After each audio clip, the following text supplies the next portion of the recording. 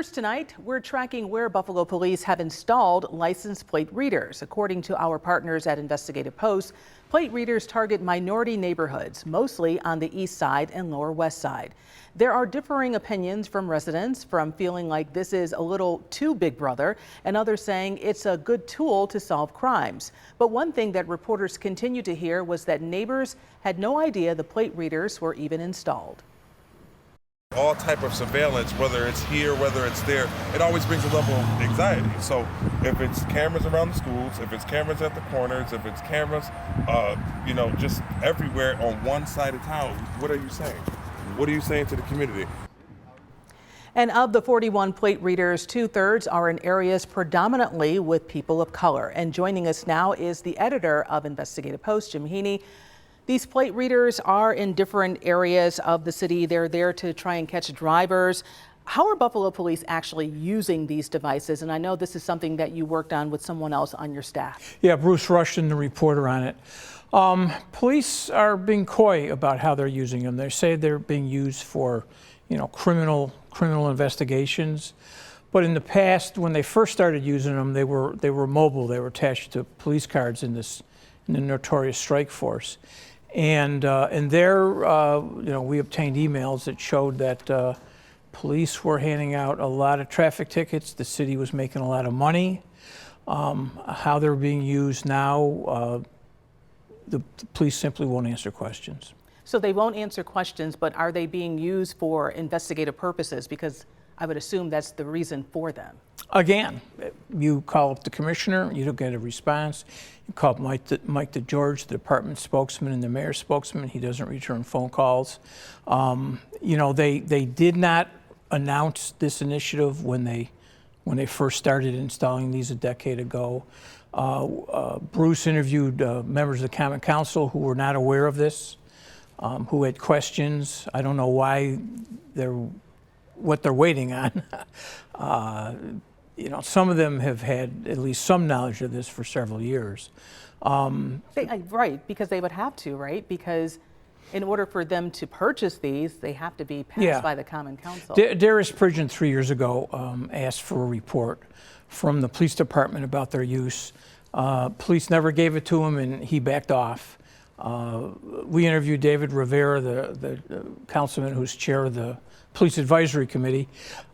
He said it's news to him. He was aware when he was a detective they were using them mobile readers, but this is years and years ago. Why the council is indifferent to this? Good question. Particularly given the history of how police have targeted the black community for traffic enforcement. Strike Force was disbanded in part over their tactics that involve roadblocks, stopping people, handing out excessive tickets in order to fund the city's budget. I don't understand why there isn't greater sensitivity on the part of the council over what's going on here. When we talk about surveillance, like with cell phones, there is always that debate about privacy and solving crimes. And it's one thing really to use these plate readers in real time for active police investigations, but that data, how long do you know that it's being stored? Again, the department, there are no policies. There are some practices. They say there is access to it by a limited number of people, and that the information is stored for a period of time and then deleted. But it's troubling, I think, and privacy experts we interviewed were troubled by the fact that there are no formal written policies over this. And this is different from what's being done in other places that have these. There tends to be public disclosure, public discussion before these readers are put in place, and there are strict policies. Some places, if a read comes up negative, within a matter of minutes, the data has to be erased. But there's no policy from what you know of here in the city of Buffalo. When we filed an FOI request asking for policies, the response back from the department was, we have no policies, we have some practices, and they outlined what they were. So again, there's no transparency, there's no policies. A lot of questions that still need to be answered. We did hear that one resident talk about he had no idea that the plate readers were even installed. Why do you think residents don't know? Because if you drive down Bailey and Kensington, you see something. Well, you see something, but who knows? I travel all around the city. I couldn't necessarily pick out what these things are. Because they are in some other city. So if you've been in another city and you've seen them, then you know. But most people here probably wouldn't know what it is. What's that on the light pole? Who knows? I mean, they've got other cameras up for other purposes. People aren't, looking at light poles and asking, what's that? What's that? I mean, you would expect if the police are setting something up and again, the norm in other cities is before the police implement this, there's a public acknowledgement, there's a public discussion, nothing here. And even today, we go ask questions and they run and hide from us. Why do you think that is? What's going on here?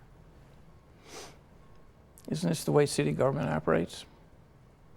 People want answers, and that's what you're digging for. Yeah, and people want answers, reporters want answers, the public wants answers, and this is just another example about how this administration is not forthcoming. When we talk about technology like this, does it limit the police use? And what are other cities doing with this? Because other cities have them, but they have policies. Yeah, they're using it for, I suppose, crime fighting. Supposedly the most useful application of this is stolen cars and things like that. Interestingly enough, it doesn't look like there's been, well, again, we don't know. Mm-hmm.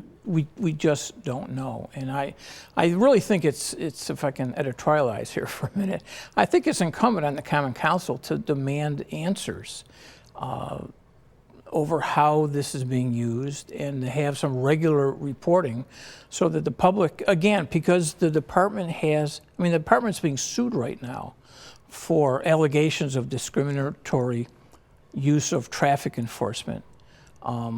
This is another form of traffic enforcement. Given the city's history of alleged racial discrimination and how police are targeting the minority community in this town around traffic enforcement, I think it's incumbent on the council to ask what's going on. We need transparency, we need data, we need you guys to be forthcoming. What does this say about a common council would ask for these questions? Why weren't these questions asked in the beginning before they even approved the money to buy these license plate readers? We're going to approve it, but we need to know how they're going to be used, where they're going to be located.